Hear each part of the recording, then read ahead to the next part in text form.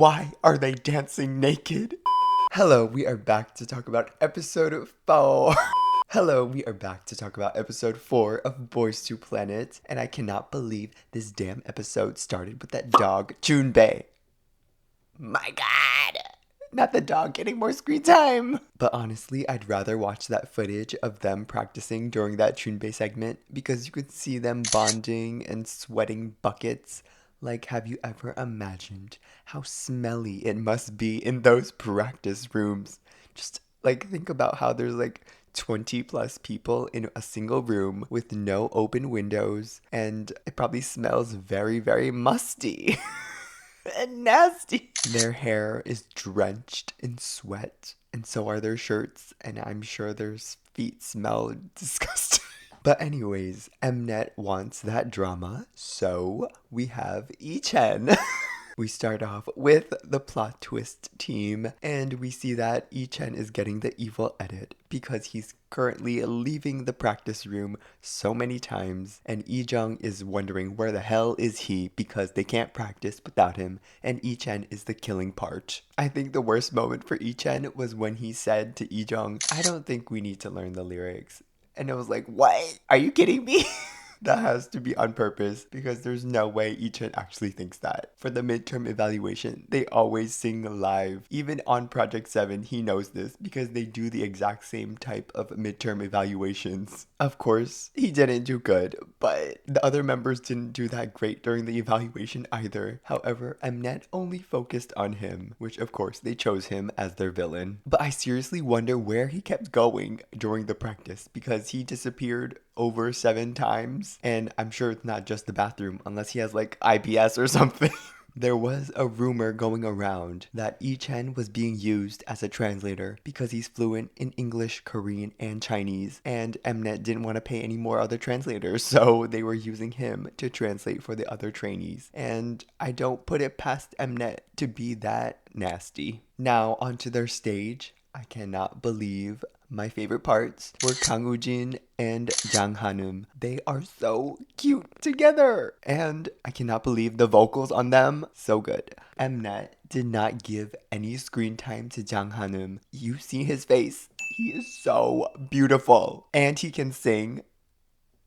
Y'all, debut that man right now. Han-eum literally looks like a living Douyin filter. I cannot believe how beautiful he is. And his voice? Amazing. Now we have the Rising Sun team of the 2 stars, and they were a group of unchosen trainees, and I cannot believe that they did so amazing. But their votes for the actual performance were so low. That was really sad to me because they really did good. Out of all the stages, Rising Sun, both of the teams, were my favorite. The hidden gem that I discovered after this performance was Aoshi because he was amazing as the killing part. I didn't even know his existence before this performance, but he's probably eliminated. Also, Jangfun really killed it with the intro part after oh my god. It was good. I really hope most of them survived the elimination. Now we had the All-Star Rising Sun team, and this was my most excited moment because I was waiting for them because of Sun Hung-yu. Y'all see my man Sun Hung-yu with his neck veins when he's screaming those high notes. He just seems so passionate, and I really hope he debuts. Now again, during their practice time, we see another edit of Masato being slow during practice and getting help from the other members. And this is like the second time he's gotten this edit. But the most important part, why are they dancing naked in the practice room? There was like 3 of them with their shirts off dancing to Rising Sun, and the lights were down. And I'm like, what is going on? And apparently on Twitter, somebody said that they didn't have the AC on, so it was really hot, and they didn't turn the AC on because they wanted to help Sun Hung-yu's throat from getting dry. I don't know how true this is, but very interesting moment. Now their performance was insane to me, especially like the dance break and the high notes and honestly everything. Also Andrew with his R&B feel vocals, that was everything. All of them did so good. And this was the type of stage I wanted to see on M Countdown. Also, Park Junil, who was the killing part, he literally was also part of Trainee A, but he is getting no screen time. And then we saw the results for the individual votes, and the 2-star team for Rising Sun lost by such a big gap, and they started crying, which I thought was so undeserved because they really did good though. They were just not popular with the audience. Next, we have the battle of the Kill the Romeos, and this was the moment that I was worried about. During the midterm practice, Seokhoon, the vocal master, asked He Jongxing how's his condition, and Jongxing says, "It's not good. I'm very tired and exhausted." And then Seokhoon replies, "Oh, what can we do? We're all tired, but we're doing our best." And it's in that exact tone that he talks to Jongxing. And I don't know why he is so mean to him. Like, they all hate him. For what reason? I don't know. It was like he's talking to a child. I seriously don't understand what is their attitude with him. And then Seokhoon at the end of the evaluation says, "It's your life. We won't care if you get eliminated." Like, what the hell? You're a mentor there to help them pursue their dreams, and this is the type of words that you're gonna use with them? I seriously am so confused with these mentors. Jongxing says in his personal interviews that he felt like quitting so many times, but he's still on the show, and honestly, he feels like a student who's going to school because he has to, and he doesn't want to drop out, even though he really, really wants to. I honestly wonder what's making him stay, because it seems like he's having a really rough time mentally and physically. And then Seokhoon gave out the win and lose stickers, and Jongxing threw that damn sticker away, and the staff, which they had a Chinese speaking staff, told him to go back to that room, pick up the sticker, and put it on. Like, is that damn serious?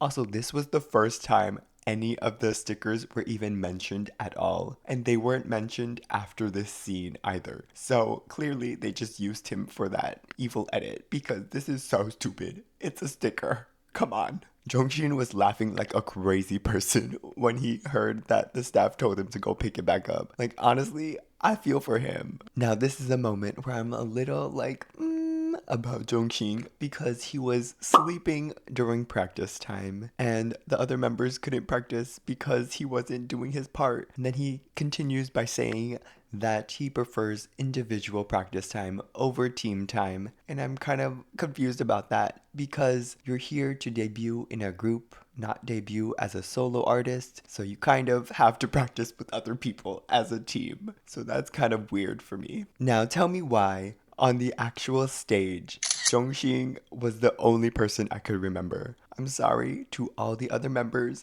but they did not do good. Jongxing was the only person I remembered. He was in his big ass red suit, and he did all these extra things that made him stand out, while the other members just faded into the background, and especially during the breastfeeding moment. That was the highlight. The vocals were definitely lacking in this team, and if you have ears and you heard show, then you know. Anyways, the 2-star team for Kill the Romeo did pretty good, and they deserved that win. Finally, we have the Whiplash team battle.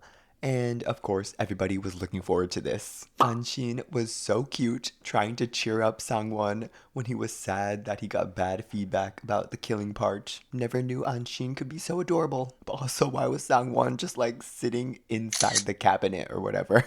Also, you know how it's so interesting? Sangwon got the "oh, sad, we want to cheer you up" edit while he was all alone during the practice time. And then He Jongxing, he got the evil "what is he doing? He's not practicing" all alone edit. Very interesting. C trainee, K trainee. Onto their stage, I thought Leo was the person who stood out the most to me with his amazing vocals. The parts that he took fit his vocals so well. I thought he was the main vocal, except Anshin was the main vocal. But anyways, all of them, of course, did good.